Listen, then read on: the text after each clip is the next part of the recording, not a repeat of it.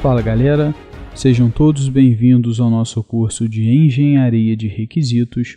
Eu sou o professor Otávio e nessa aula nós vamos estudar os atributos prioridade, criticidade, atores, inclusões, extensões, pré-condições e pós-condições do nosso modelo de especificação de casos de uso. Bom galera, então vamos ao nosso modelo, para que a gente possa então entender, e aprender aí como trabalhar com cada um desses atributos. Bom pessoal, estamos de volta aí no nosso modelo de especificação de casos de uso e a gente vai começar falando da prioridade. A prioridade ela define o nível de importância do caso de uso em questão para o software, para o projeto e, consequentemente, ela define se esse caso de uso deve ser implementado antes de outros. Então, assim, se esse caso de uso tem uma prioridade mais alta, automaticamente ele vai ser implementado antes de outros. Ok, pessoal? Então essa é a ideia. Se ele tiver a prioridade mais baixa, outros casos de uso que são mais importantes vão ser implementados na frente dele. Então assim, o nível de prioridade ele vai definir quando, em que momento esse caso de uso vai ser implementado. Se ele vai ser um dos primeiros a ser implementado, se não, vai ser implementado depois ou se vai ser um dos últimos a serem implementados. Então é através desse nível que a gente baliza isso. Então, esses níveis, galera, aqui de prioridade, o nível de prioridade, ele geralmente é definido como prioridade muito baixa, baixa, média, alta ou muito alta. Tá? Então, geralmente a gente pratica esses níveis de prioridade.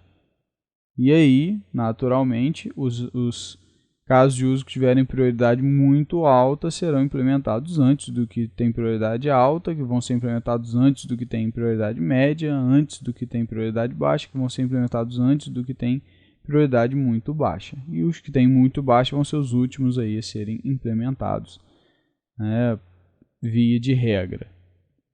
Ok? Claro que a gente não tem que usar necessariamente esses níveis que eu acabei de citar, pessoal, porque o nível de prioridade ele não é uma coisa padronizada. Então, assim, isso é o mais praticado, uma das formas mais praticadas para se estabelecer nível, mas não necessariamente a gente precisa trabalhar dessa forma. Por exemplo, a gente pode trabalhar só usando o nível de prioridade baixa, média e alta, por exemplo, se para a gente isso já resolver. Eu não preciso recorrer a muito baixa, muito alta, basta usar baixa, média e alta, beleza, se isso resolveu para mim, tá tranquilo, eu consegui aí abranger e tal, eu não tem uma diferença tão grande aí que eu possa justificar, esse tem prioridade alta, esse muito alta, se não tem essa diferença grande entre o alto e muito alta, de repente a gente trabalha só com baixa, média e alta, então é uma forma. Existem também situações onde, uma situação contrária, onde a gente quer um refinamento muito bom de prioridade, a gente quer refinar bem essa prioridade. E aí, aqui nos níveis de prioridade, aqui no nível da prioridade do caso de uso, a gente vai colocar níveis numéricos, ok? E aí vai ser 1, 2, 3, 4, então a gente bota um nível de prioridade numérico, por exemplo, eu posso usar de 1 a 10, por exemplo, onde 10 é o requisito que tem mais prioridade, os requisitos que tem nível 10 é os que são mais importantes, e os que tem o nível 1 são os menos importantes. Então, assim, essa é que é a ideia. E aí eu tenho aí uma faixa muito maior para trabalhar. Eu posso classificar nível 3 de prioridade, nível 4 de prioridade.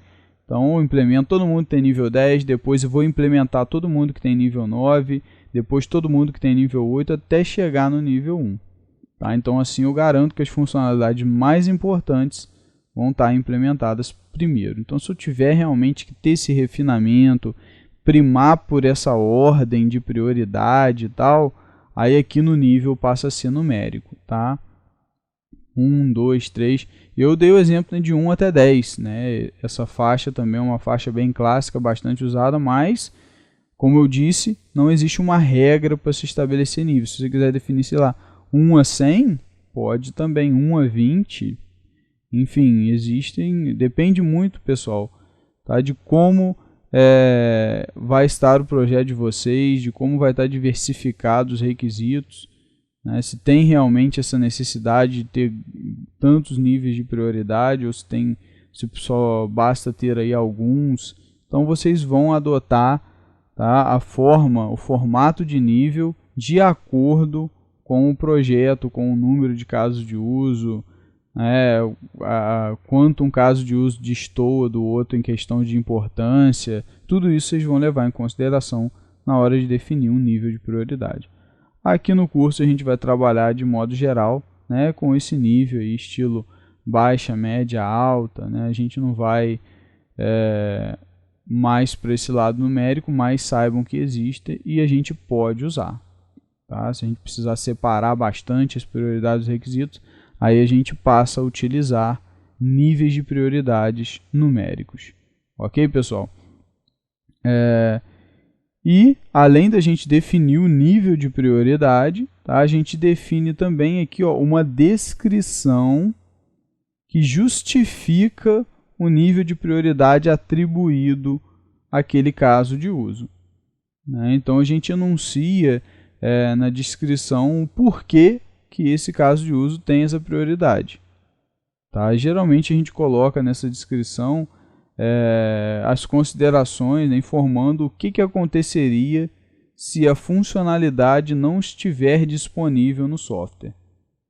Então, assim, esse caso de uso não está implementado. Qual o impacto disso no software? A gente descreve respondendo essa pergunta aqui. Então, geralmente a descrição é uma resposta a essa pergunta. Qual o impacto dessa funcionalidade não está presente no software desse caso de uso não está implementado? Ok? E aí a gente descreve o motivo pelo qual o caso de uso tem esse nível de prioridade. Vamos lá no nosso exemplo. Aqui, ó, a prioridade do nosso caso de uso registrar ocorrência é média, né, foi definida como média. E aqui eu explico por quê, ó, na descrição. Os boletins de ocorrência podem ser anotados em formulários caso a funcionalidade não esteja presente. Então, se a funcionalidade não estiver implementada, não é o fim do mundo, tem como eu resolver. Eu vou registrar o boletim num formulário, tal, tudo direitinho, tem a mesma validade. Beleza, eu consigo ir me virando. Então, existem funcionalidades mais importantes, que sem elas eu não consigo resolver. Então, assim, implementem essas funcionalidades primeiro, que tem prioridade alta, depois que elas já estiverem prontas, funcionais, aí implementem aí o boletim no sistema eletrônico digital aí. Ok, pessoal? Então, essa é que é a ideia. Eu atribuí um nível, tá, de prioridade, média, e justifiquei, né, expliquei aqui por quê, seguindo aquele princípio. Né, qual o impacto se a funcionalidade não estiver presente, não estiver disponível no software? Beleza, se ela não estiver disponível, eu ainda consigo fazer usando aí formulários e aí eu consigo resolver, né, o problema. Então, assim, essa é que é a ideia. Estabelece o nível de prioridade, tá? E sempre pensando nisso, a prioridade define a ordem de implementação. Sempre a gente tem um processo de priorização de requisitos, tá? Que definem quais os requisitos mais importantes do projeto. E uma vez que esse requisito foi priorizado, né, eu coloquei uma prioridade nele, os requisitos com prioridade mais alta tendem a ser implementados primeiro, testados primeiro, eles vão estar no software disponíveis primeiro, tá? Porque eles são mais importantes, eles têm que estar lá com mais urgência, ok? Então sempre definir o nível de prioridade pensando nisso. E justifiquem a prioridade aqui na descrição. Bom, vamos agora olhar para a criticidade. A criticidade, ela define o nível de gravidade de uma falha no caso de uso. Tá? Então, assim, a ideia da criticidade é definir o quão preocupante, né, pode ser o fato da funcionalidade parar de funcionar ou funcionar incorretamente.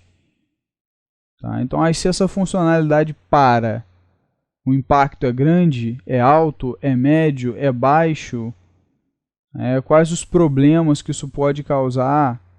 Então, assim, essa é que é a ideia. E para criticidade a gente também define um nível, tá? Um nível de criticidade. Os níveis de criticidade eles são definidos, tá, pessoal, nos mesmos moldes lá de prioridade. Ok? A gente pode estabelecer um nível em uma escala conceitual, né, alta, média, baixa, né, criticidade alta, média, baixa, muito alta, ou a gente pode definir numericamente se a gente quiser um refinamento maior de criticidade. Então eu posso botar aí 0 a 10, 0 a 100, enfim, depende de como vocês quiserem modelar. Se vocês quiserem refinar muito bem requisitos com relação à criticidade, é importante vocês colocarem esse nível numericamente, tá? E a criticidade, pessoal, o nível da criticidade, ela vai ter um impacto muito grande, principalmente na fase de testes. Tá? Na hora de fazer os testes, a fase de validação de testes e tal, os requisitos que têm maior criticidade vão ter uma fatia de recursos maior nessa fase, porque eles podem causar mais impacto, mais dano, provocar mais transtorno, problemas, caso ele venha a falhar. Então vão ser feitos mais testes para eles, vão ser separado um tempo maior para validar, né? Vão ser feitos aí diferentes tipos de testagem, de validações, verificações. Então, assim, a criticidade ela baliza principalmente os testes. Beleza? E a gente também, aqui na descrição, justifica, né? Escreve aqui qual é o motivo de eu ter dado esse nível de criticidade para o meu caso de uso. Então, a descrição ela é feita geralmente expondo as consequências e problemas que podem ocorrer caso um erro aconteça e comprometa o funcionamento desse caso de uso. Tá? Então, aconteceu um problema, uma falha e o caso de uso parou de funcionar. O que pode acontecer? Quais os problemas que podem ocorrer? Então, assim, a gente justifica aqui. O sistema todo vai parar, o caos vai se instaurar, beleza, então criticidade alta. Não tem outros meios, né? Se parar a gente resolve e tal, então média, né? Não tem quase problema nenhum, se parar a gente aguarda aí 2, 3 dias, né? Não precisa, então criticidade baixa. Então é assim que a gente olha para a criticidade, beleza, pessoal? A gente estabelece um nível, tá? E aí estabelecer um nível sempre pensando naquela ideia que quanto mais alta a criticidade, mais rigorosos vão ser os testes, verificações e validações. Tá? Então, validação por parte do stakeholder, testes por parte dos testadores de software mesmo, diferentes tipos de teste, verificações em checklist, enfim, a coisa é mais rigorosa, né? Esse cara vai ser bem mais testado, bem mais validado para que ele chegue lisinho para não dar problema dele falhar, porque se der problema a gente sabe que a merda é grande. Agora, se não trazer tantos problemas assim, eu não preciso fazer tantos testes, tão rigoroso e tal, porque se acontecer uma falha, não vai trazer grandes transtornos, eu vou lá e dou a manutenção, corrijo, e está resolvido. Ok, pessoal? Então, definir o nível de criticidade, tá? E aqui na descrição colocar a justificativa. Por que esse nível de criticidade foi definido assim. Lá no nosso exemplo, a criticidade também foi definida como média, tá? E aí aqui eu estou explicando, os boletins são arquivados em papel devido ao regimento interno.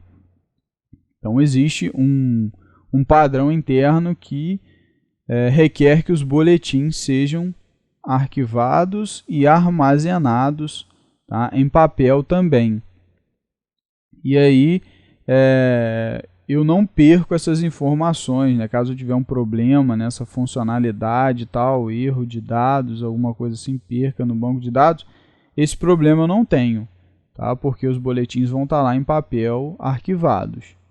Mas, em caso de falha, eles terão que ser registrados novamente. Então, vou ter que pegar aquele monte de papel e registrar um por um, né?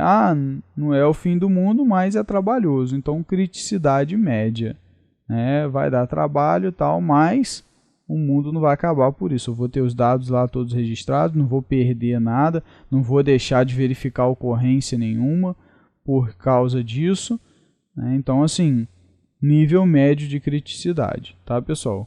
E é importante também lembrar que o nível de prioridade não necessariamente é igual ao de criticidade, não, tá? Podem ter aí prioridades baixas, né, com criticidades mais altas, ou prioridades mais altas com criticidades mais baixas. Isso pode acontecer.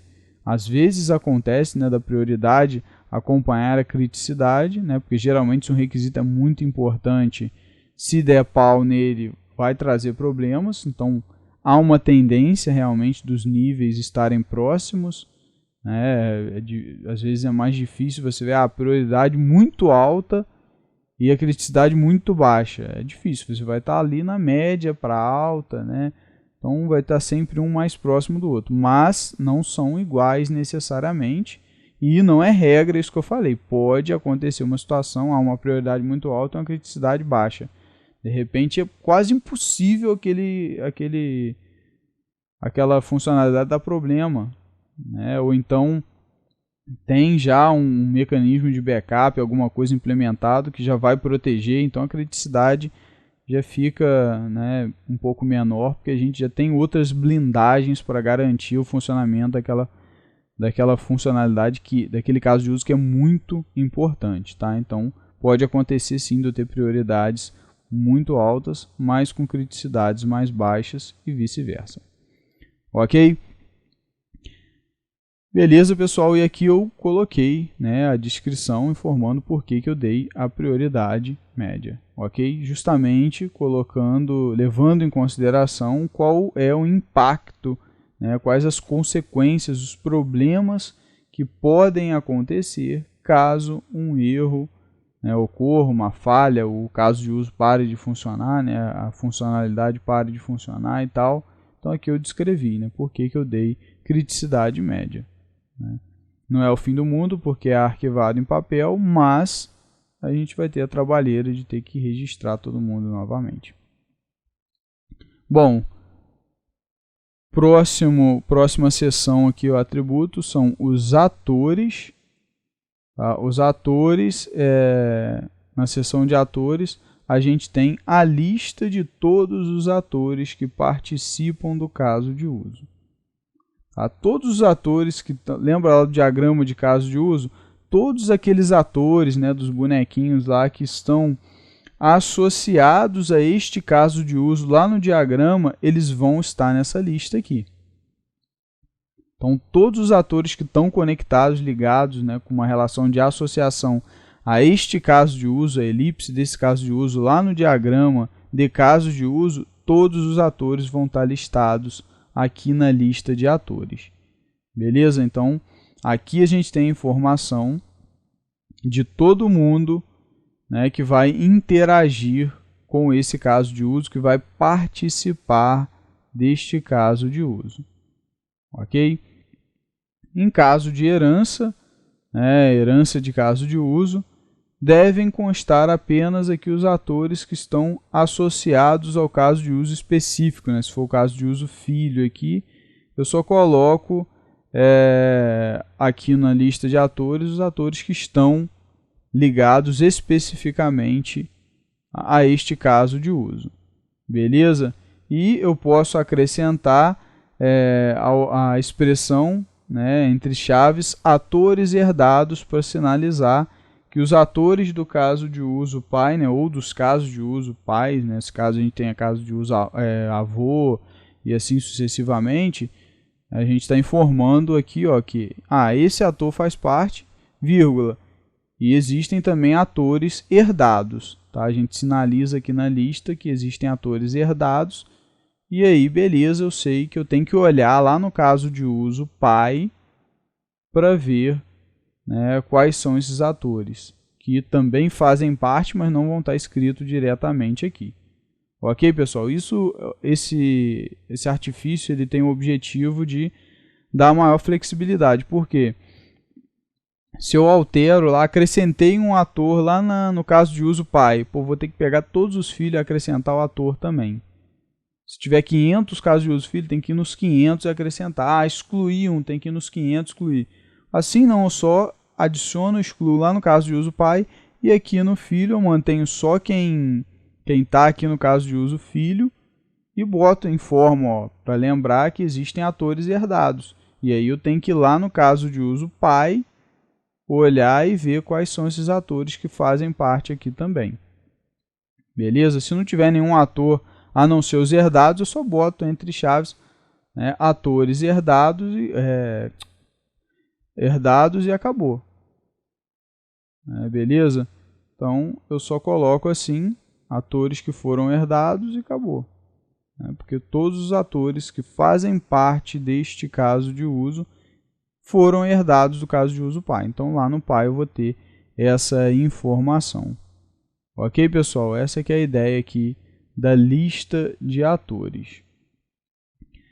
E esses atributos, né, eles vão dar para a gente essa informação importante de quem está realmente envolvido no caso de uso. A gente consegue assim conhecer as extensões dos papéis que vão manipular esse caso de uso. A gente consegue entender quem que vai manipular, qual o perfil de quem vai manipular, né? É um secretário, é um gerente e tal. A gente consegue saber quem que vai lidar diretamente com isso, né? E isso é importante na hora de redigir a nossa especificação. Aqui no nosso exemplo, a nossa lista de atores, ela é composta de policial, o ator policial, o ator delegado e o ator investigador. Tá? Então, esses são os atores que podem lidar aí, interagir com o caso de uso, registrar ocorrência. Ok, pessoal? Então, essa aqui é a ideia. Policial, delegado e investigador podem lidar, vão interagir ou vão se utilizar de alguma maneira desse caso de uso. Então, na prática, quer dizer que um policial, um delegado, um investigador, eles podem registrar uma ocorrência. Ok? Eles vão poder interagir com esse caso de uso, vão participar de alguma maneira e por isso eles estão aqui na lista de atores e eles vão estar também lá no diagrama, ou seja, vão ter aí 3 bonequinhos lá associados a esse diagrama, porque eles são os atores que vão interagir com esse caso de uso. Ok, pessoal? Então, essa é a seção de atores. A próxima seção é a de inclusões. O que tem na seção de inclusões? A gente tem uma lista dos casos de uso que são incluídos pelo caso de uso em questão aqui. Ou seja, esse caso de uso aqui inclui tal, tal e tal caso de uso. Ok? Então, aqui nós temos essa informação da relação de inclusão. Tá? Todos os casos de uso incluídos pelo caso de uso atual, por esse caso de uso, lá no diagrama de casos de uso, então, tem um caso esse caso de uso está lá. Aí sai uma setinha include para outro caso de uso. Sai uma setinha include para outro caso de uso. Então, esses 2 casos de uso que são incluídos por ele vão ter que estar aqui. Tá? Na lista de inclusões. Ok? Então, todo mundo que foi incluído por esse caso de uso, ou seja, na execução desse caso de uso, eu vou precisar executar o outro caso de uso, a gente tem que colocar aqui na lista de inclusões. Beleza? E a gente faz isso usando a referência do ID dos outros casos de uso. A gente bota o ID do caso de uso incluído, vírgula, ID do segundo caso de uso incluído, vírgula, até colocar todos os casos de uso que são incluídos por este caso de uso. Ok, galera? Então, vamos lá no nosso exemplo. E tá aqui, ó, inclusões. Tá? Ele inclui aqui, ó, o caso de uso 2, que é o cadastrar depoimento. Tá? Então, assim, para registrar uma ocorrência, eu tenho que colher um depoimento, né? Cadastrar um depoimento.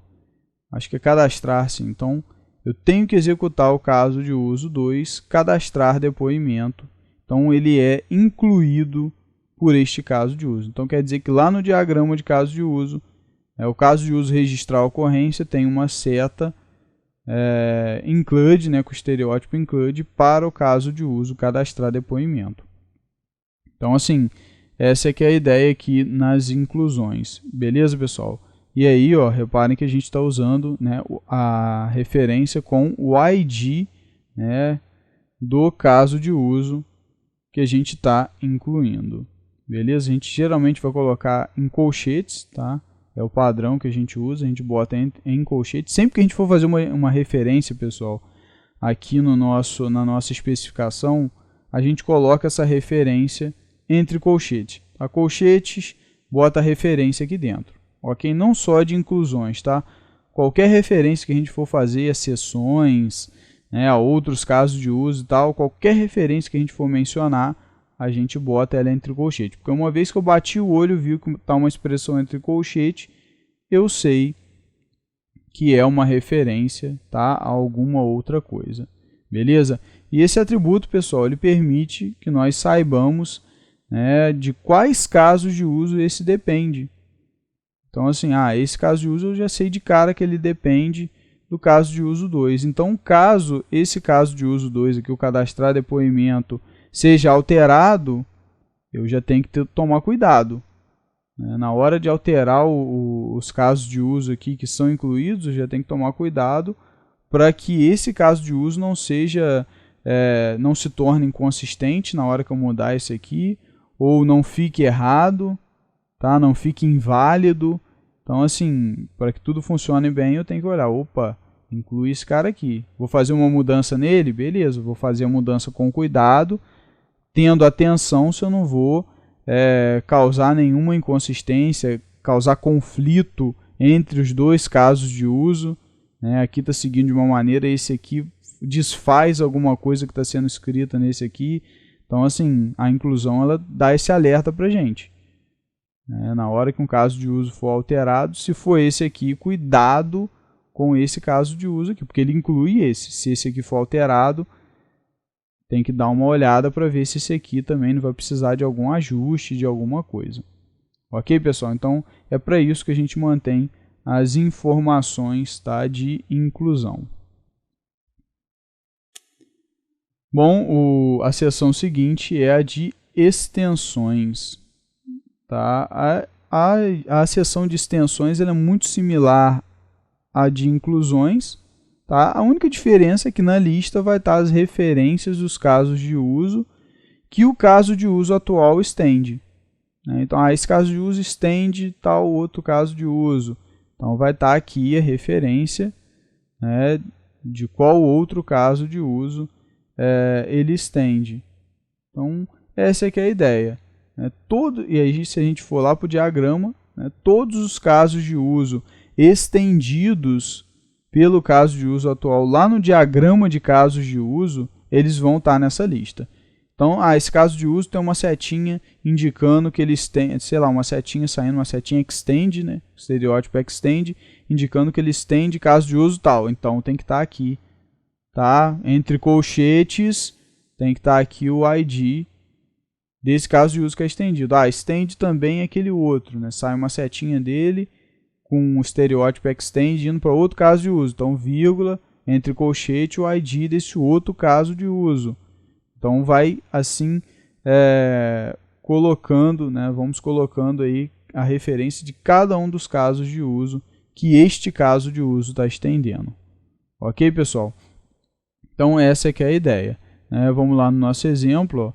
Aqui, neste caso, a gente não tem nenhuma extensão. Né? Então, eu acabei botando aqui o não se aplica, né? Porque nesse caso especial, o caso de uso registrar a ocorrência não estende ninguém. Então, eu não coloquei. Mas se ele estendesse, bastaria fazer igual aqui na inclusão. Botava entre colchete, CDU 3, sei lá, e a sigla, tracinho a sigla dele e acabou. Eu estaria dizendo, ó, esse caso de uso estende esse outro aqui. Se tivesse mais de um, vírgula, bota a referência do segundo, vírgula, assim sucessivamente. E aí eu modelo a minha lista de extensões. Esse atributo é muito importante porque ele permite saber, tá, quais os casos de uso que dependem desse caso de uso. Tá? Enquanto na inclusão a gente sabia, né, de quais casos de uso esse aqui depende, agora não, agora a gente sabe quais os casos de uso que dependem desse, porque é uma relação de extensão. Então a gente consegue ter essa informação, né? E aí isso novamente traz aquele cuidado que a gente tem que ter, tá? Na hora que a gente for alterar esse caso de uso aqui, para a gente não invalidar os outros casos de uso que dele dependem. Então a gente tem que entender que esse caso de uso estende outros casos de uso, tá? E aí, se a gente alterar alguma coisa nele, a gente tem que tomar o cuidado para não tornar inválido, né, inconsistente, gerar conflito de informações, aqui falar que ele está fazendo alguma coisa, enquanto lá no outro que está estendendo fala que está fazendo outra diferente e tal. Então, assim, é o cuidado que a gente tem que ter na hora de fazer uma alteração nele. A gente tem que olhar a lista de extensões e verificar, não, esse caso de uso depende desse. Vamos dar uma olhada lá, né, para ver se eu alterar esse aqui, eu não vou ter que fazer nenhum ajuste lá, mexer em alguma coisa, né, e tal. Então, esse cuidado ele tem que ser tomado. Ok? Então, a lista de extensões ela nos permite ver isso com muito mais facilidade. Se eu não tiver a lista de inclusões e de extensões, por exemplo, eu não sei quem depende de ninguém. E aí eu vou fazer uma alteração, eu estou perdido. Vou procurar caso de uso por caso de uso para ver quem depende, ver tudo de novo. Se tiver 1000 casos de uso, 2000 casos de uso, fica inviável. Então, assim não, assim a informação já está aqui, eu já sei exatamente quem depende de quem, basta olhar a lista de inclusões e extensões, e aí eu sei, né, se eu alterar esse, eu tenho que ter cuidado com esse, com esse, com esse. Se esse aqui for alterado, eu também tenho que ter cuidado com esse aqui, porque pode ter que sofrer alguma alteração e tal. Então, facilita muito dar manutenção nas especificações de caso de uso, tendo essa listagem aqui. Tá? E, lógico, lembrar sempre de manter ela muito coerente e atualizada com relação ao diagrama. Tá? As inclusões que tiverem no diagrama vão ter que estar aqui, as extensões que tiverem no diagrama também vão ter que estar aqui. Porque se lá tiver uma coisa e aqui outra, em quem que eu acredito? Não sei. E aí traz um problema de dualidade de informações. A gente não sabe quem está certo e quem está errado. E aí é quase a mesma coisa que a gente não ter certeza daquilo. Né? A gente não vai ter certeza de nada. Então, assim, a gente até tem um norte, porque às vezes a informação pode ser parecida, mas a gente não tem certeza. E aí traz um problema. Né? Se eu escolher acreditar em quem está errado, eu vou errar mais, vou trazer mais erros. Então é importante que tudo que esteja aqui esteja fielmente representado lá no diagrama e vice-versa. Tá? Tem uma inclusão a mais lá no diagrama. Será que essa inclusão existe? Será que foi uma falha, alguma coisa? Porque aqui na descrição não está. E aí?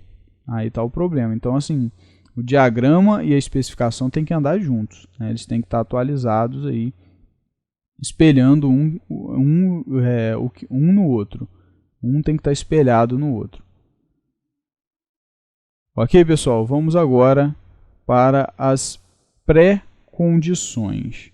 Tá? As pré-condições, pessoal, elas apresentam quais as ações que já devem ter sido executadas e as restrições que devem ter sido atendidas antes da execução desse caso de uso para que ele funcione corretamente. Tá? Então essa é que é a ideia. Aqui nas pré-condições eu vou expressar quais as ações, né, as restrições que devem ter sido atendidas, enfim, tudo que deve estar pronto antes do caso de uso acontecer para que ele funcione corretamente. Beleza? Então por isso até que eu coloquei a lista de todas as condições que devem ser atendidas antes da execução do caso de uso. Então, é essa a ideia. E esse atributo ele vai estar expresso de uma lista enumerada, tá? Então, a gente tem uma lista numerada. Pré-condição 1, descrição, a gente pode ter a 2, a 3, a 4, a 5, enfim. Quantas quiser aqui, basta ir colocando outros números abaixo aqui. E para cada número, a gente tem uma descrição, uma referência. E aqui a gente vai descrever qual é aquela pré-condição. Ok? Essa que é a ideia. Então, por exemplo, o cliente precisa ser correntista. Num banco, num caso de uso do banco, por exemplo, para fazer essa funcionalidade, para essa funcionalidade funcionar corretamente, o cliente deve ser correntista. Então, isso é uma pré-condição. Se o cara não for correntista, não faz sentido ele executar esse caso de uso. Tá? Então, o cliente já deve ser correntista para que ele consiga executar com sucesso esse caso de uso.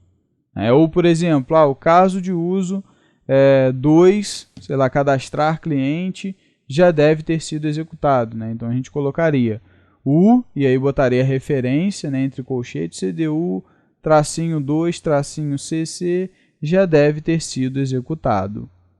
Então, isso é uma pré-condição para que o caso de uso seja executado corretamente. Beleza, pessoal? Então, isso são as pré-condições. Vamos lá no exemplo.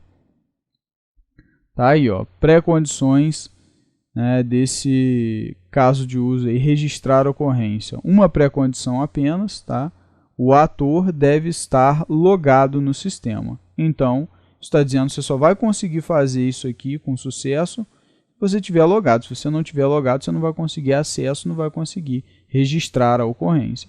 Então, isso é uma condição que deve ser atendida, tá? Antes do caso de uso ser executado, para que ele possa ser executado e funcione corretamente. Beleza, pessoal? Então, isso são pré-condições. Bom, voltando aqui para as nossas definições, nós temos também as pós-condições.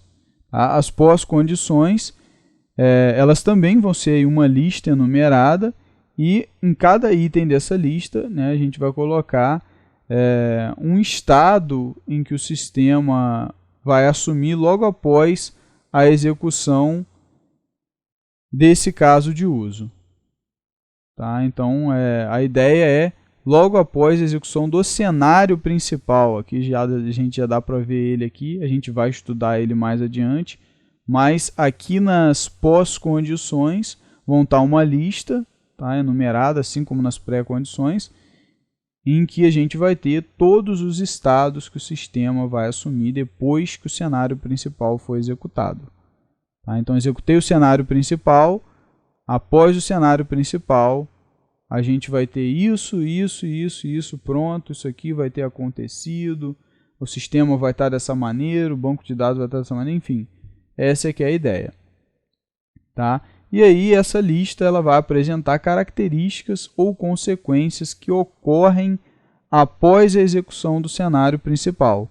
Por exemplo, o usuário passa a estar cadastrado no sistema. Então, se eu tenho um caso de uso, cadastrar o usuário, por exemplo, e aí eu tenho o cenário principal, tal. Após a execução do cenário principal do meu caso de uso, o usuário passa a estar cadastrado no sistema. Então, agora, depois que o caso de uso foi executado, eu tenho essa condição, essa pós-condição no meu software, o estado dele, ou seja, o usuário agora está cadastrado. Ele não estava antes, mudou de estado, agora ele está cadastrado. Ok? Outro exemplo, a rede passa a estar configurada e pronta para uso. Então, criei um caso de uso lá para configurar uma rede, alguma coisa do tipo. E aí, depois da execução desse caso de uso, a rede vai estar configurada e pronta para ser usada. Então, a rede estava num estado, depois que o caso de uso foi executado, ela passou para outro estado. E a gente registrou isso aqui nas pós-condições. Agora, ela já está no estado configurado e já pode ser usada. Ok, pessoal? Então, isso são aí as pós-condições. Tá? E a gente vai enumerando também, colocando 1, 2, 3... e descrevendo aí cada uma das pós-condições. Aqui no nosso exemplo nós temos aí uma pós-condição também, né? O sistema passa a conter um novo boletim de ocorrência registrado. Então, o estado do sistema mudou. Antes ele não tinha esse boletim registrado, agora ele tem. Então, a gente descreveu aqui, na pós-condição isso. O sistema passa a conter um novo boletim de ocorrência registrado. Ok? Então, como resultado da execução desse caso de uso, o sistema agora tem o registro do boletim de ocorrência. Ele está nesse novo estado agora e a gente registrou aqui. Ok, pessoal? Lembrando, tá, galera, que as pré-condições não são obrigatórias. Tá? Pode ter algum caso de uso que não tenha pré-condição nenhuma. Né? A gente bota aí um não se aplica aqui e está resolvido. Tá? Agora, no caso das pós-condições, é mais difícil. Né? Geralmente, sim, você sempre vai ter uma pós-condição, porque um caso de uso ele faz alguma coisa, modifica alguma coisa no sistema, busca alguma coisa, enfim, ele faz alguma coisa. Então, as pós-condições a gente sempre vai ter. Tá? As pré-condições não necessariamente, eu posso ter ou não. De repente eu não preciso de nada, né, para executar esse caso de uso, não preciso de nada previamente feito. Agora as pós-condições, sim, esse caso de uso sempre vai me levar a um estado diferente, vai fazer alguma coisa, até porque se ele não fizesse nada, não faria sentido de existir. Então, pós-condições a gente sempre tem, mas pré-condições não necessariamente. Ok, galera? Então, essa é que é a ideia aí das pós-condições. E a gente vai ficando por aqui. Espero que vocês tenham entendido todos os atributos que foram abordados na aula. Revisem a aula, né? Se não conseguiram entender um ou outro atributo, veja novamente o vídeo, porque é muito importante que a forma de trabalhar com esses atributos, o significado de cada um, esteja bem claro aí na mente de vocês, para que quando você bata o olho numa especificação de caso de uso, você saiba exatamente o que está dizendo cada um. Ok, galera? Nas próximas aulas a gente vai continuar vendo aí os atributos do nosso modelo. Beleza? Um grande abraço a todos e até a próxima aula.